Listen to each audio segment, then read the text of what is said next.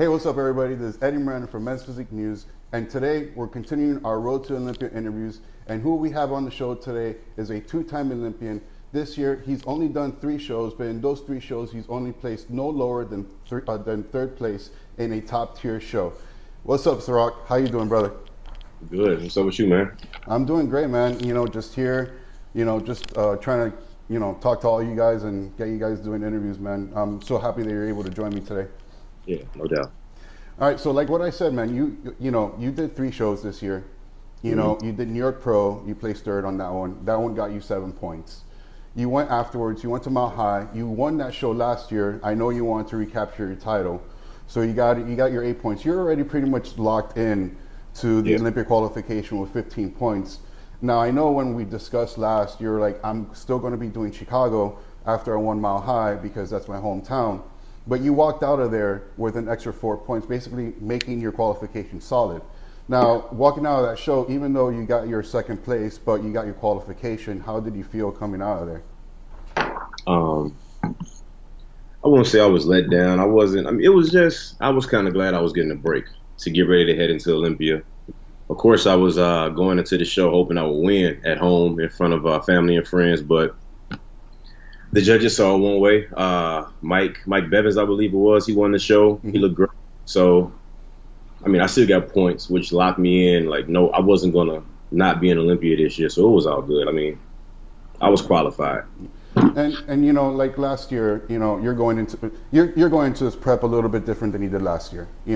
Last year you won Mile High, you shut it down, and then you went and then focused on the O. This year, you did 3 shows, and you ran a little bit longer than expected. So how is it you going into the O this year with your prep? Pretty much the same. I think I was just stressing myself out last year. Around this time last year, I pulled my hamstring doing sprints, so it kind of bothered my cardio. Honestly, this year has been a lot easier than last year, even with me doing more shows and doing shows later into the year. I just had a different attitude, so I haven't been really too worried about the placings. I just been chilling. My coach made me keep a level head. We talk a lot, and reassuring me that I was in a good spot for each show. So it's less stress going into it. So I'm looking forward to seeing how my body reacts once I get to Vegas. And basically, going into Vegas, what are your expectations? I know everybody has their own expectations, their own goals, whatever it is. But what are you looking for your outcome to be there? As far as placing, or what do you? As far as placing the competition itself. I want to go top 5, honestly. Everybody's asking me who do I have going top 5, and I think I would be a fool not to include myself. Like, why not? You know what I'm saying? I said it a few months ago, maybe. I said somebody got to go. It's guys that they think they're locked in for top 5, top 6, whatever. But I feel like I can compete with those guys, so why not put my name in the mix? And that's what I'm going for. And like you're saying, you want to make sure you're at your top 5. You want to be able to break that. What strategy is you and Wadi doing in order to make sure you come in to the point that you could try to do something like that? Like I said, not stressing as much, just staying consistent. I would have days where I just felt like trash, and not just from me competing and prepping. More so from, work-related issues, being tired from that. But we really haven't changed up too much as far as protocol, as far as diet and workouts, just trying to relax going into it. And I think it's working a lot. And, afterwards, I know a lot of competitors are already, hitting some shows, trying to get qualification points for next year. Everybody's trying to run that gauntlet because, this year nobody's secure in their spots because it's such a deep lineup this year, So what are your plans for after the O? Are you planning on taking a break, or do you want to start hitting shows afterwards in order to get qualification points for next year? Well, like I said, I want to go top 5. So if I go top 5, I don't gotta do any shows. So see, I thought about I might do the Ferrigno. If I have to. Then that will be my last show for the year. And I'm thinking, oh, well, of course I'm gonna do the Arnold. I haven't done the Arnold yet. It'll be my first year next year doing the Arnold.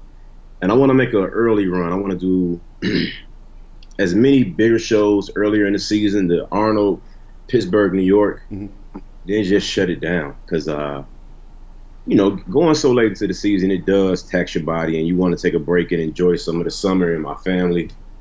And I just want to be able to, not regret competing next year. Not as far as, I mean, it's just the time. My kids are off for the summer. They want to do certain things. I also want to enjoy myself. So I just want to get qualified early and improve on what I need to improve on and be able to enjoy myself. No, it's good. It's good that you say those shows because I really haven't seen you try to hit like stuff like Pittsburgh and the Arnold and stuff like that. Even if you're a top 5 competitor, it's always good to hit the Arnolds and the New York Pros and the Pittsburgh, just to be in front of those faces. So it's a good thing that even though you really don't have the intention of getting the qualification points, but just showing up on those stages to make a mark with your brand and what you're trying to do is a huge thing. Now I've been hearing a whole lot about this pull-up challenge. I've been seeing George Brown. What's up with that, man? Bring some light into it.